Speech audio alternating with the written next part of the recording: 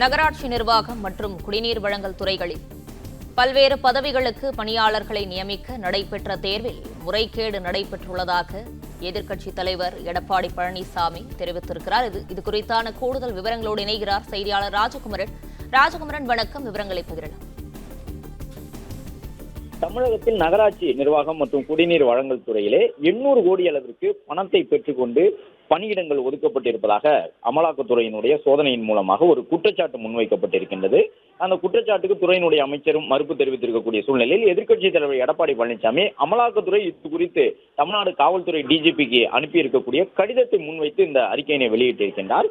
அதன்படி தன்னுடைய பதிவிலே எதிர்க்கட்சித் தலைவர் எடப்பாடி பழனிசாமி ஜாப் ராக்கெட் என்று சொல்லக்கூடிய வகையிலே பணியிட மோசடியாக இந்த ஊழலில் திமுக அரசினுடைய துறையின் அமைச்சர் நேரு மற்றும் அவருடைய சகோதரர்களின் நிறுவனங்கள் அதிகாரிகள் இணைந்து வேலை வாய்ப்புக்காக முயற்சித்தவர்களிடம் 25 லட்சம் முதல் 35 லட்சம் வரை வசூலித்திருப்பதையும் அந்த பணத்தை ஒரு சில நிறுவனங்கள் மூலம் சட்டவிரோத பண பரிமாற்றம் செய்யப்பட்டதாகவும் அமலாக்கத்துறையினுடைய கடிதத்தில் சொல்லப்பட்டுள்ளதாக பதிவிட்டிருக்கின்றார்.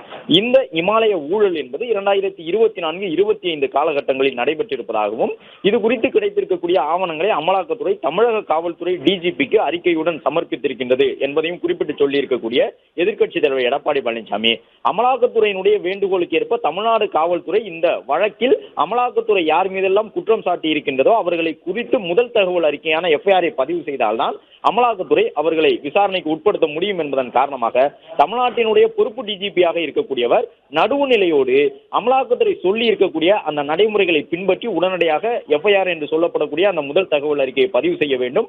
தமிழ்நாடு முதலமைச்சர் காவல்துறையினுடைய கரங்களை கட்டி போடக்கூடாது இந்த விஷயத்தில் என்று எதிர்க்கட்சித் தலைவர் எடப்பாடி பழனிசாமி வலியுறுத்தி இருக்கின்றார். அரசு பணி என்பது பல்வேறு இளைஞர்களின் கனவு. அந்த கனவை நனவாக்க இரவு பகல் பாராமல் போராடி கொண்டிருக்கக்கூடிய அவர்களின் உழைப்பை தங்களுடைய கமிஷன் கொள்ளைக்காக திமுகவினர் சிதைத்தால் இந்த அரசுக்கு ஊழ்வினை உறுத்து வந்து ஊட்டும் என்று சிலப்பதிகார வரியை சுட்டிக்காட்டி அவர் இந்த பதிவை பதிவிட்டிருக்கின்றார்.